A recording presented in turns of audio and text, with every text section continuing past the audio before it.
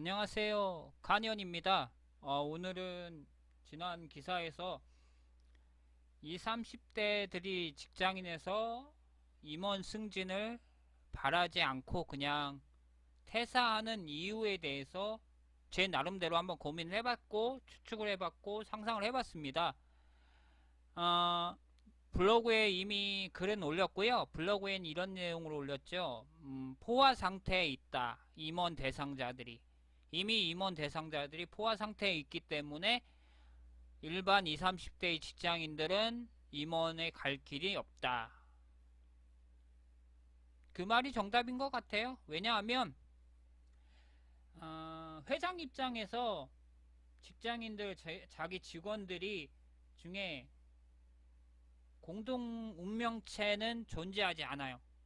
그러니까 임원급을 제외하고 나머지 이제 하위 직원들은 자기와 공동 운명체라고 할 만큼의 신뢰감을 줄 존재가 되질 않아요. 왜냐하면 그들은 언젠가 떠날 수 있기 때문에요. 떠날 수 있다는 얘기는 뭐 자기 집안 사정으로 인해 퇴사하거나 뭐 무슨 사건이 터졌을 때 책임 회피할 수 있는 충분한 존재들이죠. 책임을 묻지도 않을 거고. 왜냐하면 그들은 그만큼 뭐 그 자기 나름대로 일을 했지만 그 책임은 회장에게 있고 회장 가족과 회장 친인척 가족에게만 있기 때문이에요. 그러니까 당연히 회장 가족은 친인척들은 이 사람들을 데리고 일을 할 뿐이지 이 사람들이 나의 저기 회사를 경영할 수 있는 공동적인 뭐 운명체다? 같이 경영할 인원이다? 라고 생각하지 않을 거예요. 왜냐하면 앞에 말씀드렸 것처럼 책임이 없기 때문이에요. 이 책임은 뭐 옛날 같은 경우 창립 초기 같은 경우 자기 친구이면서 동료였기 때문에 당연히 이 회사를 같이 가는 운명체였지만 지금은 그게 아니라 부하라는 개념이 더 강해요. 그러니까 이 부하라는 개념 자체가 여러분도 아시다시피 그냥 시키는 개념이에요. 너 이거 해. 너 이거 해? 너 이거 해. 뭐 그런 식의 부하 개념이지 이 사람하고 깊은 관계로 회의해가지고 토론해가지고 우리 회사는 이렇게 가야 되고 저렇게 가야 되고 저렇게 가면 좋을 것 같아. 아니에요. 이런 얘기 그렇게 가면 안 돼요. 라는 식을 회사에 그런 식의 신뢰관계를 형성하는 운명체는 아니란 얘기죠. 직장인 자체도 어쩔 수 없는 그거는 혈연관계나 창립 멤버가 아닌 이상 어쩔 수 없는 것 같아요. 그거는 어떻게 보면 100% 신뢰할 수 없는 관계이죠. 왜냐하면 이 사람이 이 회사의 운명을 좌지우할 수 있을 만한 권한도 없지만 또한 그만큼의 생각을 할 수 있다라고 장담을 할 수 없는 존재죠. 이 회사가 무너지면 같이 무너지는 존재들은 아니에요. 그렇지만 친인척과 친구들은 회사가 무너지면 같이 무너져요. 그렇기 때문에 당연히 친인척이나 인맥들을 더 생각하고 있기 때문에 그럼 당연히 친인척에도 가족이 있고 당연히 자녀들이 있기 때문에 그 자녀들을 임원으로 승진시켜 줘야 돼요. 그렇게 됨으로써 이미 회사 내에서는 자리가 포화 상태라고 볼 수 있죠. 그 예로 보면은 삼성그룹의 아들인지 뭐 아들이죠. 이젠 후손이라고 볼 수 있는 손자라고 볼 수 있는 사람이 저희가 됐죠. 그룹이 대표가 됐죠. LG도 마찬가지고 지금 우리나라에 있는 대기업들 다 대표들은 누구의 자손들인가 누구의 후손이잖아. 그 창립 멤버에. 그런데 그런 사람들이 있는 그런 시스템을 갖고 있는 회사에서 과연 임원 승진할 수 있을 거라고 생각하는 사람이 누가 있을까요? 이거는 당연한 생각이에요. 임원 승진할 수 없어요. 언론사에도 자기네들 언론사 기사들 봐요. 언론 기자들 봐봐. 지금 언론 기자 중에 대표된 사람 누가 있어? 다 나갔지. 다 나가서 지금 유튜브하고 뭐 하는 사람들이면 출연이 있지. 그 언론사를 끝까지 이끌어가는 사람들은 거의 그 언론사에 친인척들이고 친인척 관계들이 있는 사람들이지.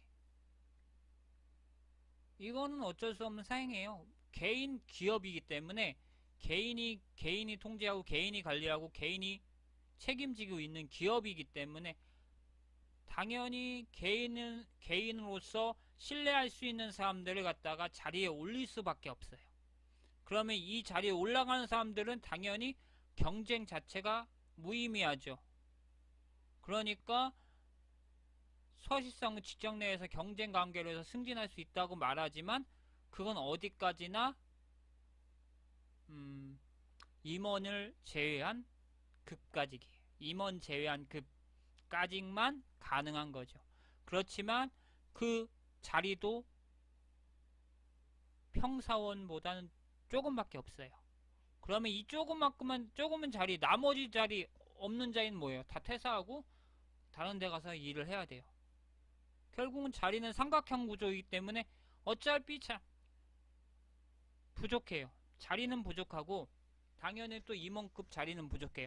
그러니까 경쟁인데 이 경쟁은 임원은 경쟁 구도가 아니라는 거죠. 임원 자체는 경쟁할 수 있는 자체도 안 되고 그런 그런 자리로 생각해봤자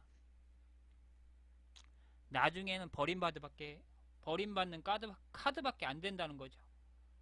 그렇기 때문에 20, 30대의 생각은 어떻게 보면 바른 생각이에요. 아싸리 그럴 바에는 그냥 돈 많이 벌고 나오자.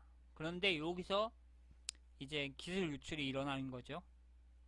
바로 이런 맥락에서 이 사람들이 애사심이 없기 때문에 당연히 노후의 준비를 더 강하게 한단 말이에요. 그럼 노후 준비를 위해서는 돈을 많이 버는 유혹에 많이 빠지게 되죠. 그럼 당연히 회사에서의 정보 유출이, 기술 유출이 더 많이 이루어질 수 있는 과정까지 일어날 수 있다는 거죠. 그렇다면 회사는 어떻게 할 것인가? 그들에게 임원직급의 미래를 제공할 수도 없고, 그렇다면 회사는 그냥 어떻게 보면 과도하게 책임 묻는 것밖에 할 수 없죠. 그 위에는 방법이 없고, 평상시의 방법은 그들이 접할 수 있는 정보를 한계하는 거죠. 한계하게, 조그맣게, 아주 조그만 세세 구체적으로 나누어서 갖고 있게 하는 수밖에 없는 거죠. 그렇지만 그래도 브로커들은 반드시 그런 걸 해서도 정보를 어떻게든 싸게 얻으려고 하겠죠. 그러니까 회사는 그런 애사심 없는 사람들을 갖다 계속 쓸 수밖에 없어요. 왜냐하면 본인들이 애사심 없게 만들 거니까. 왜? 너희들은 승진할 수 없어. 너희들은 조금만 올라가면 이제 나가야 돼.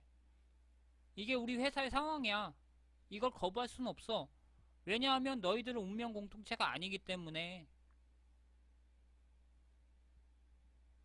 그러니까 이건 악순환이 계속되는 거죠. 그래서 제가 생각하는 바람은 이거예요. 올바른 자유경제 시장체제를 가져야 된다는 얘기죠. 공정하고 공정한 관계에서 중소기업이 일어나서 기술만으로 해가지고 대기업이 됐다가 그러다가 기술력이 떨어져가지고 밀려서 파산하고 다시 다른 기업이 올라오고 이런 게 계속 무한 반복해야만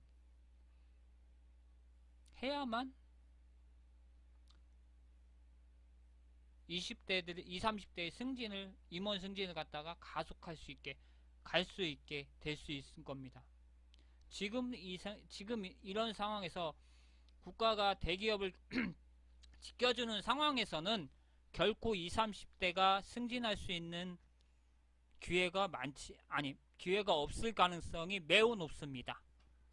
이거는 국가가 만들어낸 것이고 국가가 20, 30대에게 박탈감을 준 거예요. 왜? 대기업을 너무 우대했기 때문에.